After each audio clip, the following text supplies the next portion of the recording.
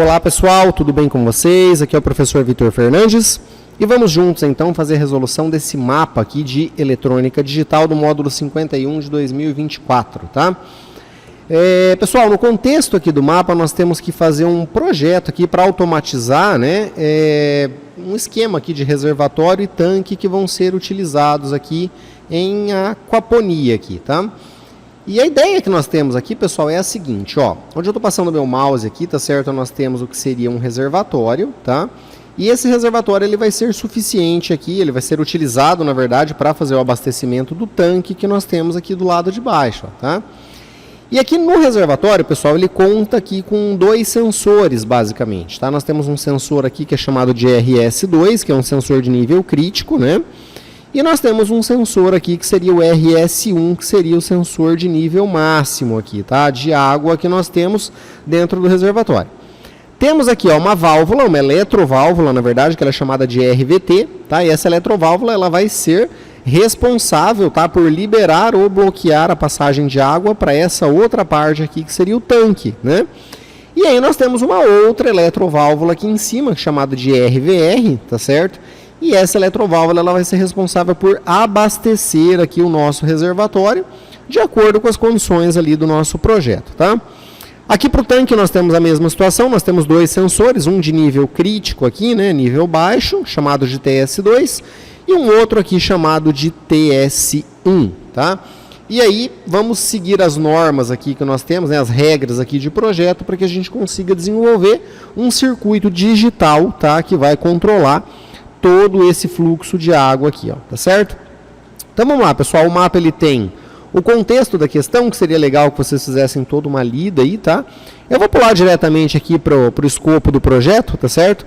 Para que não fique muito demorado aí o nosso vídeo, nem tome muito tempo, tá?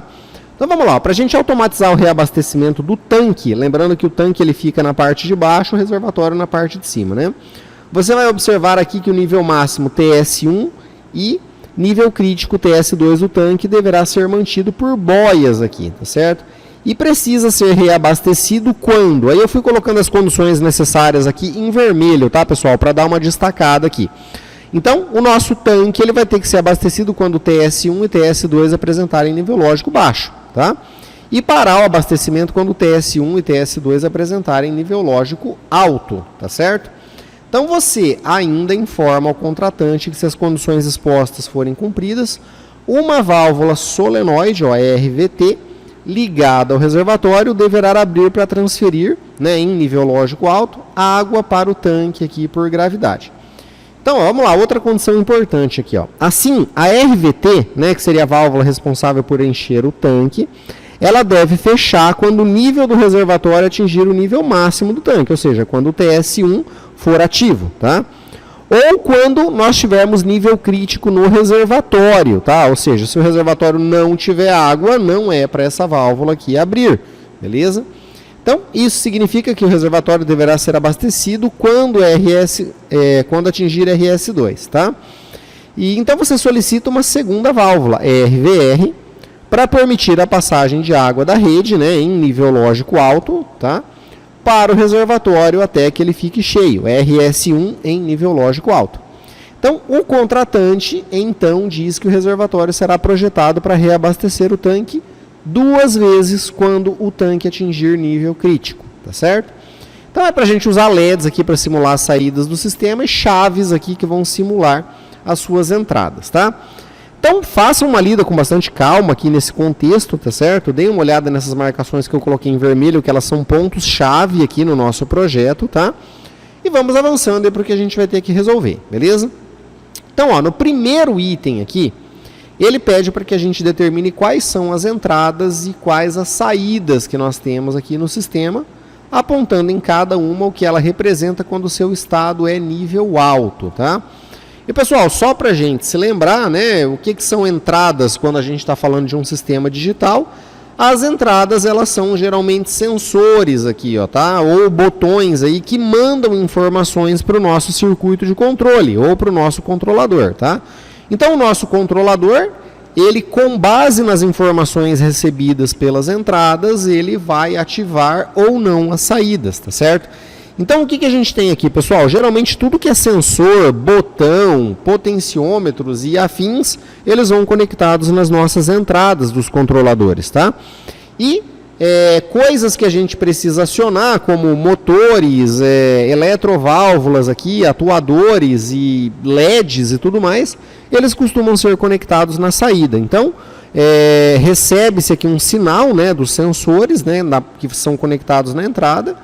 Aí o seu circuito ele toma uma decisão conforme as normas de projeto e aí aciona ou não as nossas saídas. Então aqui nós estamos falando de circuitos digitais, tá? Aciona ou não aciona. Então, pessoal, eu criei uma tabela aqui, ó, no Word, tá? Somente para atender aí o que o problema nos disse, né? Então eu coloquei aqui como entradas, ó, todos os sensores RS1, o 2, o TS1 e o TS2, estão vendo, ó? Ele pediu para que a gente explicasse, né, o que significa aqui o nível alto. Então, o nível alto a gente vai admitir que ele é 1, beleza? Como é padrão na eletrônica digital. E se fosse um nível baixo seria 0, né? Mas o problema está pedindo para que a gente escreva apenas o nível alto. Ó. Então, o nível alto, todos eles vão ser nível 1, beleza? E isso vai ser nível alto aqui no nosso projeto, tá? E o que significa quando esse nível é alto? Por exemplo, quer dizer que o sensor está acionado. Então, no caso de RS1, ó, tá? Então, se ele estiver acionado, indica leitura de água no sensor, beleza? Então, no caso do sensor do reservatório, isso significa que o reservatório está cheio, tá? A mesma coisa aqui para o RS2, ó, se ele estiver acionado, ele indica a presença de água no sensor. Mas aqui, pessoal, não quer dizer que se esse sensor estiver acionado, o tanque está vazio, tá certo? Quer dizer apenas que tem água ali na frente dele, porque se ele estiver cheio, por exemplo, o nosso RS2 ele vai estar ativo, tá? O problema é quando esse cara aqui ele não estiver acionado, beleza? E aí significa que o tanque está vazio, tá? Mas não foi pedido isso pra gente aqui, ó. Foi pedido o que acontece quando o estado é alto, tá? Então vamos lá, ó, avançando aqui no nosso problema. A mesma coisa vai acontecer para o tanque, então se o TS1 estiver acionado, quer dizer que o reservatório está cheio, e a mesma coisa, se o TS2 estiver acionado, quer dizer que tem água nele, beleza? Mas isso não quer dizer que o tanque está vazio, beleza? Apenas quer dizer que ele não... que tem água ali nele, né? Para dizer que o tanque estaria vazio, teria que ele ser em nível lógico 0 aqui, ó, ou seja, não ter água, tá? Então, beleza, essa daqui seriam as nossas entradas digitais, né? Já que são boias, elas vão mandar nível lógico alto ou baixo, tá? E aí, como saídas, pessoal, beleza? O que nós vamos ter aqui? São duas válvulas. As válvulas são as saídas para o nosso circuito controlar, tá? Então, nós temos aqui ó, a RVR, beleza? Que seria a água da rede, né? Para abastecer o nosso reservatório.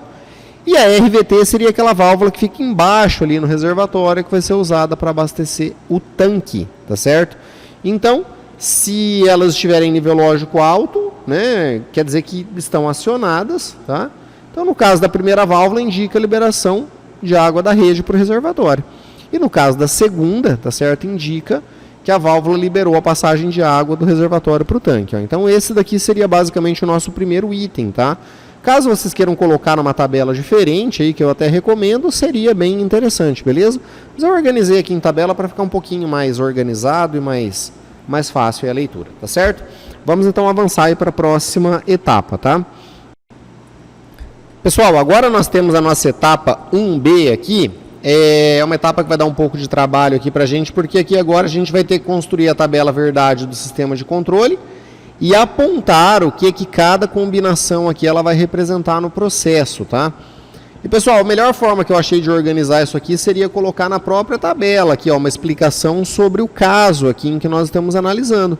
Mas se vocês quiserem seguir o modelo do livro-texto de vocês, ou mesmo o modelo que eu utilizei na atividade 1, vocês podem colocar fora da tabela, por extenso, assim, embaixo dela, tá? Isso aqui é uma sugestão de resposta, né? Então aí vocês escolham aí o melhor jeito para vocês fazerem. Então olha só, eu